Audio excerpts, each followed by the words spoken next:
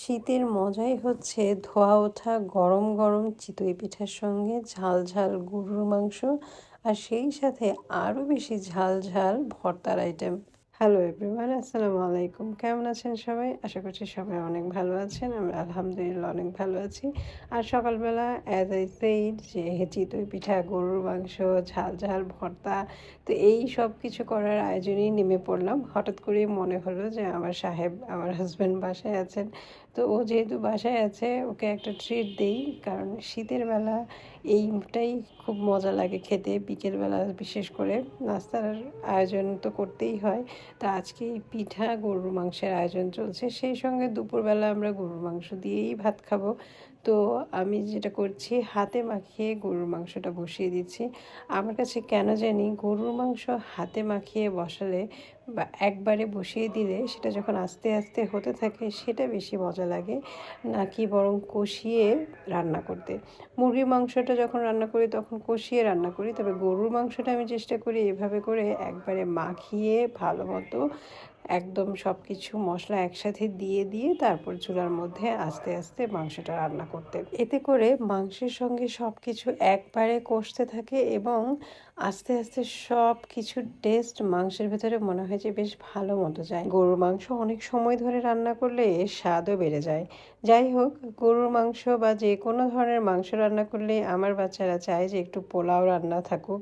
তো আমি এই জন্য পোলাওটাও বসিয়ে দিলাম। পোলাও অলমোস্ট হয়ে গিয়েছে আর এইদিকে আমি মাংসের তরকারিতেও বলক চলে এসেছে। তো এইটা আমি ঢাকনা খুলে একটু নাড়াচাড়া করে দিচ্ছি, যেহেতু প্রথম দিকে বেশ হাই আছে চুলায় বসিয়ে দেওয়া হয়, তো নাড়াচাড়া না করে দিলে তলায় লেগে যাওয়ার একটা চান্স থাকে, তাই একটু পরপর ঢাকনা খুলে একটু নাড়াচাড়া করে দিতে হয় এবং বেশ ভালো মতো বলক চলে আসলে আবার চুলার আঁচটা কমিয়ে দিতে হয়। তো আমি ওই যে বলেছিলাম ঝাল ঝাল ভর্তা না থাকলে তো আর হয় না, এখানে একটা ধনে পাতার ভর্তা করে নিয়েছি। আর দুপুরে শুধু তো মাংস দিয়ে খাওয়া যাবে না, একটু সবজি তো থাকতেই হয়, তাই একটা মূলা দিয়ে চিংড়ি দিয়ে সবজিও রান্না করে নিয়েছি। এখন মাংসটা অনেক সময় ধরে কষে যাওয়ার পর এর মধ্যে আলুগুলো দিয়ে দিলাম। ডুমো ডুমো সাইজ করে কাটা আলু মাংসের সঙ্গে খেতে কিন্তু বেশ মজা লাগে। আর আমার বাসায় তো আলু না হলে হবেই না।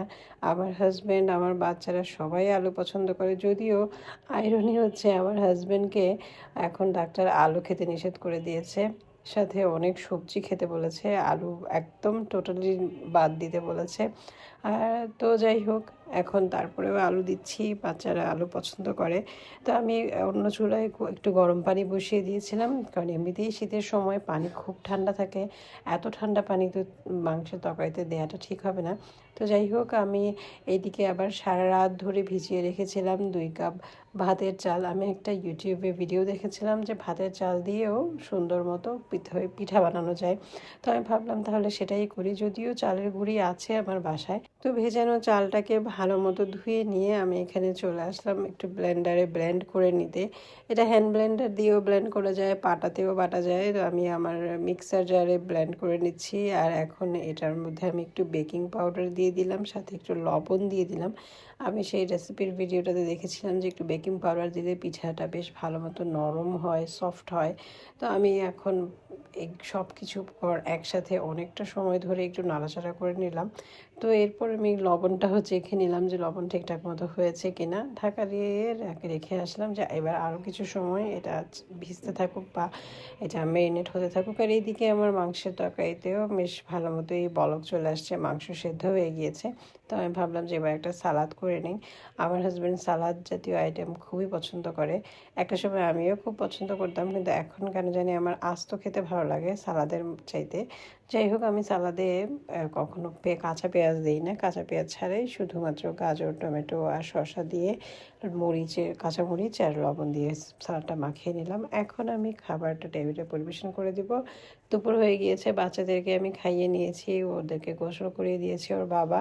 তো এখন এই যে সব কিছু একসাথে এনে টেবিলে রেখে দিলাম। পোলাও, গরুর মাংস, একটা ভর্তা, জলপাই দিয়ে ধনেপাতার এই ভর্তাটা খেতে কিন্তু অসম্ভব মজা হয়। আর এই ভর্তা দিয়েই আমরা বিকেলবেলা চিতই পিঠা খাবো, যেহেতু আমরা মাত্র 2 জন আর এখানে যথেষ্ট পরিমাণে ভর্তা আছে।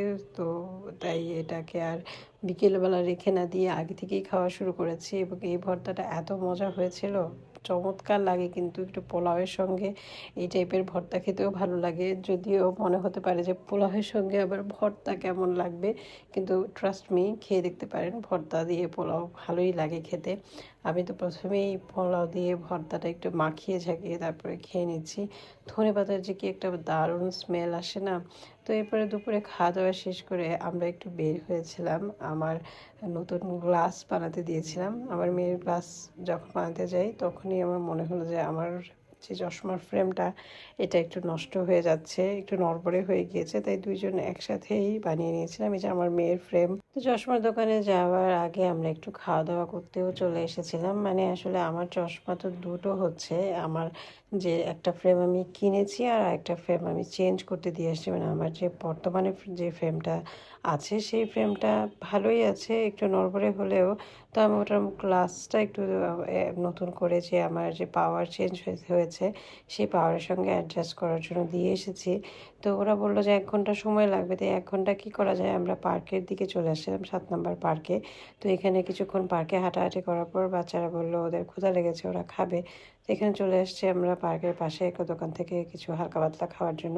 তো এই ডাবের পুডিংটা আমি আমার এক ফ্রেন্ডের বাসায় খেয়েছিলাম, খুবই মজা। তো খাওয়া দাওয়া শেষ করে এই যে আমরা গ্লাসটা উঠাতে, ফ্রেমটা উঠাতে চলে আসছি চশমার দোকানটায়। এটা হচ্ছে বাংলাদেশ আই হসপিটাল, উত্তরার সোনারগাঁ জনপথে। বেশ ভালো একটা হসপিটাল বলা যেতে পারে চোখের জন্য। এখানে রেখে আমি দেখিয়েছি চোখের ডাক্তার, আমার মেয়েকে দেখিয়েছি, তারপরে আমাকেও দেখিয়েছি। তো আমাদের চশমা তোলা হয়ে গেল, ওরা দিয়ে দিল নির্দিষ্ট সময়ের মধ্যেই। আমি নিয়ে এখন বাসায় চলে যাচ্ছি। আসলে গাড়ি পার্ক করে রাখা ছিল, তো একটু দূরেই ছিল, হেঁটে হেঁটে দিয়ে যাচ্ছিলাম। তো বাসায় এসেই আমি লেগে পড়লাম পিঠা বানানোর কাজে। এত মন খারাপ হয়েছিল যে একদম সব প্রসেস ঠিকঠাক মতো ফলো করেও পিঠাটা আমি ঠিক মতো বানাতে পারলাম না। আসলে সব এই পিঠা বানানোটা না অনেকটা অভ্যাসের ব্যাপার।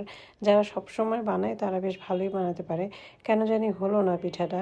আমি অনেক রকমভাবে চেষ্টা করেছি পিঠাটা যেন ঠিকঠাক মতো হয়, পিঠা হয়নি। তারপর আমি ভাবলাম যে তাহলে ছিটা পিঠা বানিয়ে ফেলি। এখন দেখি এই গুঁড়ি দিয়ে সেটাও হচ্ছে না। তো আমি বুঝলাম না প্রবলেমটা কোথায়।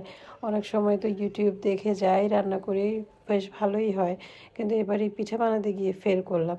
তো যাই হোক, মন খারাপ করে আর কী করার, 5টা পিঠা পরে আমি আমার বাসার নিচে রাস্তার মধ্যেই এক খালা বিক্রি করেন, পিঠা বিক্রি করেন, ভাবলাম তাহলে সেখান থেকেই নিয়ে আসি। এত শখ করেছিলাম যে শীতের সময় বসে বসে পিঠা খাবো ঝাল ভর্তা গরুর মাংস দিয়ে, সেটা আর হলো না। তো যাই হোক, যেরকমই হয়েছে আলহামদুলিল্লাহ।